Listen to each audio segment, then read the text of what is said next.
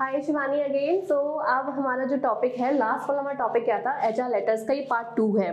तो अच्छा, पार्ट 1 में हमने क्या देखा था, पार्ट 1 में मैंने 6 या 7 लेटर्स आपको बताए थे कि आपके वो लेटर्स क्या थे। आप जाके फर्स्ट वीडियो में जाके चेक कर सकते हो। अब ये जो टॉपिक है, इस टॉपिक में उसी का मैंने अदर लेटर्स को ऐड किए थे, क्योंकि क्या होता है ना, काफ़ी सारे लेटर्स है, सारे मैं उनको एक वीडियो में कवर नहीं कर सकती हूँ, इसलिए मैंने 2 पार्ट कर दिया इसके। पार्ट 1 में कुछ लेटर्स थे, पार्ट 2 में कुछ लेटर्स है। अब इनका ऑर्डर नहीं है ऐसा कि मैंने इंटरव्यू कॉल लेटर पहले कर दिया है, कोई और लेटर कर दिया। आप कुछ ऑर्डर्स मैंने सारे आपके ऐड कर दिए हैं, इनको आप जाके देख सकते हो सारे लेटर्स को। अगर आप एक एचआर हो या आप एचआर में इंटरव्यू देना चाहते हो या फिर आप एचआर में करियर बनाना चाहते हो, तो ये आपके बहुत काम आएंगे, बिकॉज आपको पता होगा कि एम्प्लॉयज़ को कौन सा लेटर देना है। या जब आपका इंटरव्यू होगा उस टाइम अगर आप इस वीडियो को देखोगे तो आपको पता चल जाएगा कि कब कौन सा लेटर देते हैं। और अगर आप एक एम्प्लॉय हो तो भी आपके लिए बहुत ही एम्प्लॉय या आप किसी पर्टिकुलर जॉब में एज आपको एचआर से लेटर्स की ज़रूरत पड़ती है, उस केस में भी आपको बहुत हेल्पफुल रहेगा कि आपको पता होगा कि मुझे कब कौन सा लेटर मिल रहा है, उस लेटर का मतलब क्या है। तो ये जो वीडियो है ना लेटर्स का, बहुत ही कॉमन टॉपिक है, बहुत ही ज़्यादा नॉर्मल वीडियो है, बट स्टिल काफ़ी हेल्पफुल रहेगा अगर आपको इन्फॉर्मेशन लेनी है about the letters basically HR से रिगार्डिंग। सो अब ये हमारे कुछ लेटर्स है। लास्ट में मैंने भी कुछ वीडियो में कुछ लेटर्स लिए थे, अब उसी का मैंने इसीलिए सीरीज मैंने 7 था, 6 लेटर्स मैंने कवर किए थे, अब 7 यहाँ पे लेटर है। आज मैंने 13 लेटर यहाँ पे, मतलब 30 लेटर मैं कवर कर लूँगी फर्स्ट वीडियो को और इस वीडियो को मिला के। तो पहला हमारा है यहाँ पर 7 है प्रोविजन एक्सटेंशन लेटर। अब प्रोविजन एक्सटेंशन लेटर क्या होता है? सो बेसिकली आप पर्टिकुलर किसी कंपनी में बनी और ज्वाइन द ऑर्गेनाइजेशन, कुछ टाइम के लिए प्रोविजन लेटर, कुछ टाइम के लिए आपका आप प्रोविजन पे होते हो। तो उस केस में क्या है, जो आपको पर्टिकुलर टाइम है, that can be 6 month, that can be 3 months, and उस पर्टिकुलर टाइम को when you just complete that particular time period, उस टाइम को अगर आपको कंप्लीट कर लेते हो तो आ जाता है आपका confirmation letter. But what is this extension 1? So extension 1 में क्या हो जाता है कि आपका आप पर्टिकुलर प्रोविजन पीरियड पे हो कुछ टाइम के लिए, तो 3 मंथ 6 मंथ के लिए। अगर कंपनी ने चेक किया आपकी परफॉर्मेंस, उस लेटर में जो आपका होता है ना प्रोविजन लेटर, उसमें कंप्लीट क्लियरली लिखा होता है it can be extended depend upon the performance. So उस केस में इफ़ यू, अब क्या है, आपको पता नहीं होगा कि मेरा प्रोविजन है, आप तो यही सोचो कि मेरा कंप्लीट होने वाला होगा, but may be company is not satisfied with your performance और any other reason, due to any other reason company is extending your that particular time period. उस केस में क्या होगा कि आपको एक लेटर मिलेगा, that is extension 1 letter, this provision extension letter. अब इस केस में क्या होगा कि आपको एक लेटर दिया जाएगा और वो लेटर आपको बताएगा कि कितने टाइम के लिए आपके लिए एक्सटेंशन हो रहा है या क्यों हो रहा है, what is the reason behind this. So ये आपका वो पर्टिकुलर लेटर होगा। अब सेकेंड है हमारा, sorry 8th, not second, 8th हमारा रिक्वेस्ट डिनायल लेटर। अब रिक्वेस्ट डिनायल लेटर क्या है, ये आप क्लियरली समझ सकते हो। Request denial letter, so basically when we made any request, when an employ made any request to the HR department in favour of that, जो आपका एचआर डिपार्टमेंट होता है वो रिक्वेस्ट को डिनायल कर देता है या पर्टिकुलर किसी रीजन को बता देता है। तो अब ऐसे नहीं हो सकता है कि वो आगे वर्बली बता दे, even you can't accept it कि अगर वर्बल बता दी फिर बाद में एचआर कुछ बोलता है। तो ये everything should be into document form. So उस केस में क्या होता है, when you raise the request या फॉर पर्टिकुलर रीजंस, तो आपने जब रेज की रिक्वेस्ट किसी भी चीज़ के लिए टू द एचआर डिपार्टमेंट, और एचआर डिपार्टमेंट ने वहाँ से आपको मेल करेगी, सेम आपके ईमेल पे या लेटर मेल करेगी, request letter, and what is the reason why they are denying their request of yours, तो वो भी आपका उस पर मेल पे आपको रिप्लाई करेंगे। That is request denial letter. किसी भी रीज़न से आपकी रिक्वेस्ट डिनायल हो सकती है, आप कुछ भी बोल सकते हैं लीव के लिए, leave is not approving, and कुछ भी हो सकता है, कुछ रीज़न हो सकते हैं। तो उस केस में रिक्वेस्ट डिनायल लेटर होता है वो आपका जो पर्टिकुलर आता है कि रिक्वेस्ट में डिनाइड हो गई है, that is the thing. Then after that है आपका वार्निंग लेटर। अब वार्निंग लेटर क्या होता है? वार्निंग लेटर बेसिकली क्या होता है कि व्हेन अ पर्सन, इसमें वार्निंग के साथ एक आपका पीआईपी भी होता है, जिसे हम बोलेंगे PIP, performance improvement plan.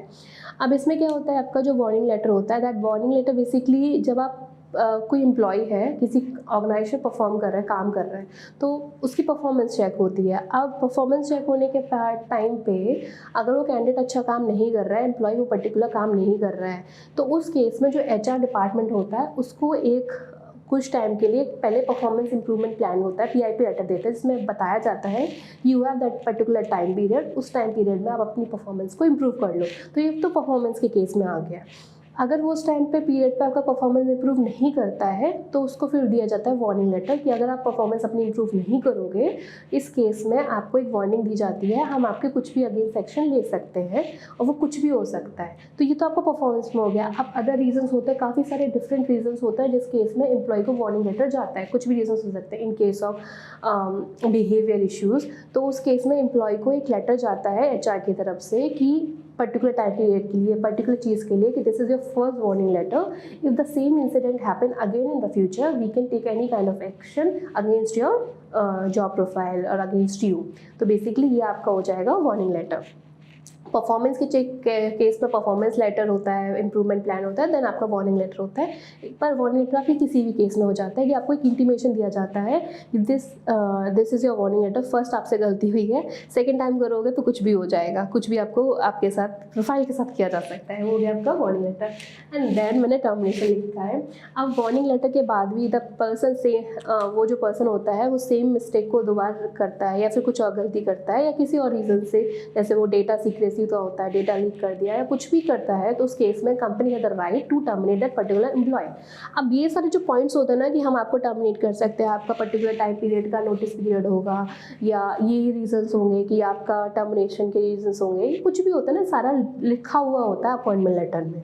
None जो पर्सन लोग होते हैं ना उसको पहले साइन तो कर देते हैं, फ्रेशर्स के केस में बहुत ज़्यादा होता है, दे साइन द डॉक्यूमेंट, पर बाद में जब उनके अगेंस्ट वो चीज़ें ली जाती है ना तो वो आज कि मैम ऐसा क्यों है ऐसा, बिकॉज यू साइन इट, क्योंकि वो कंपनी पॉलिसी है उसने आपने साइन किया है। तो जब भी आप किसी कंपनी में जा रहे हो तो हमेशा उसके जो डॉक्यूमेंट्स होते हैं उनको क्लियरली पढ़ना चाहिए, सारे डॉक्यूमेंट्स को, कि क्या लिखा हुआ है। और अगर डाउट है, कुछ भी डाउट है, तो ऐसा नहीं है कि सेकंड थॉट ले लो, अपने माइंड में नेगेटिव हो जाओ कंपनी के रिगार्डिंग, आप उसको एचआर डिपार्टमेंट से क्लियर करो कि ये क्या चीज़ है, ये क्या चीज़ है, कितना टाइम का ये डिस्कशन होगा, सॉरी इसका मतलब इस पर्टिकुलर पॉइंट का क्या मतलब है।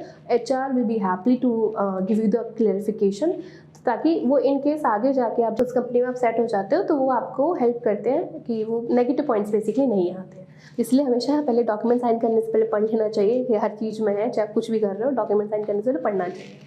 देन आपका टर्मिनेशन लेटर, मैंने बताया कि टर्मिनेशन लेटर मिलता है कि आप टर्मिनेट हो गए उस पर्टिकुलर ऑर्गेनाइजेशन में पर्टिकुलर पोजीशन से, तो ये इसमें हो जाता है।